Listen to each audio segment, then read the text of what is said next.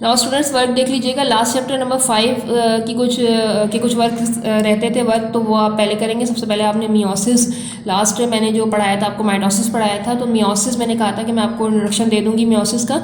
ये भी cell division है, इसको रिडक्शन सेल डिवीज़न कहा जाता है। इसमें होता ये है कि सेल जो पेरेंट सेल होता है वो 4 डॉटर सेल में जो है वो डिवाइड होता है, और बनने वाले जो डॉटर सेल्स होते हैं उनमें क्रोमोसोम्स का जो नंबर होता है वो हाफ हो जाता है, यानी रिड्यूस होता है। सेम नहीं होता जितना पेरेंट्स सेल के अंदर क्रोमोसोम्स होते हैं उतना डॉटर सेल्स में नहीं होता, बल्कि हाफ हो जाता है लास्ट में।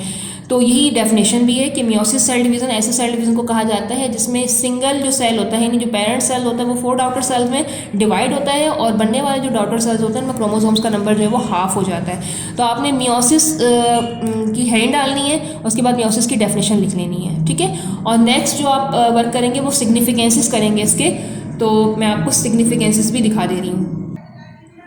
अब सिग्निफिकेंसेस ऑफ मियोसिस की हेडिंग डलेगी पेज नंबर 102 पे। सिग्निफिकेंसेस ऑफ मियोसिस में आपने जो है कांस्टेंट नंबर ऑफ क्रोमोसोम्स की हेडिंग डाल के पूरा लिख लेना है ये, ठीक है, कंप्लीट। इसके अलावा जो है responsible for genetic variation among species, ये आपको पूरा लिख लेना है बाय क्रॉसिंग ओवर से लेकर प्रोसेस तक, ठीक है। सिग्निफिकेंसेस, और इसके अलावा पहले आपने मियोसिस की डेफिनेशन लिखनी है और उसके बाद इसके सिग्निफिकेंसेस लिखने हैं। नाउ मैं आप लोगों को डिफरेंसेस शो कर रही हूँ, तो आपने माइटोसिस एंड मियोसिस के डिफरेंसेस भी लिखने हैं, वो मैं आपको शो कर देती हूँ।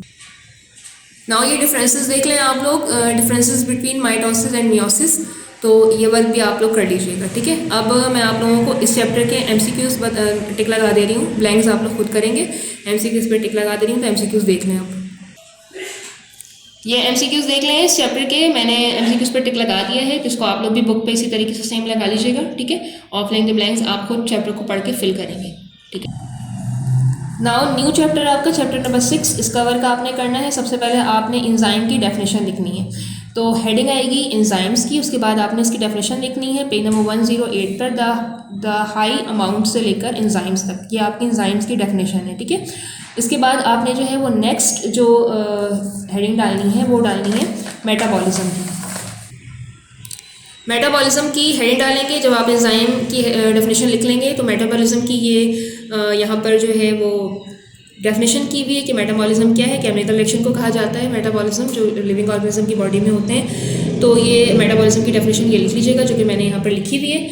इसके बाद टाइप्स ऑफ मेटाबॉलिज्म की हेडिंग डलेगी।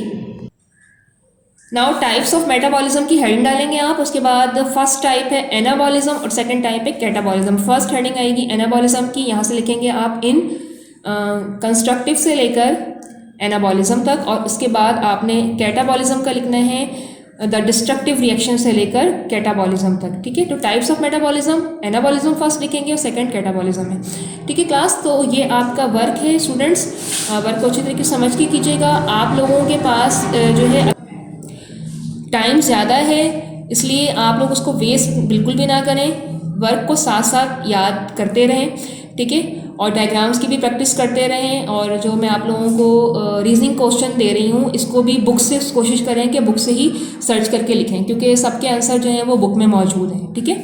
बहुत कम ही ऐसा होगा कि आपको नेट सर्च करने की ज़रूरत होगी, वरना सब क्वेश्चन के जो आंसर हैं वो बुक में मौजूद हैं, ठीक है। तो आज के लिए इतना ही है। नेक्स्ट लेक्चर में आप लोगों से मुलाकात होगी। अपना बहुत ज़्यादा ख्याल रखें और अच्छे तरीके से पढ़ें, दिल लगा कर पढ़ें, और सारा मटेरियल आप याद करें जो वर्क आपको करवाया जा रहा है, कुछ भी नहीं छोड़ना है आपने, ठीक है। तो नेक्स्ट लेक्चर में मुलाकात होगी, जब तक के लिए अल्लाह हाफिज़।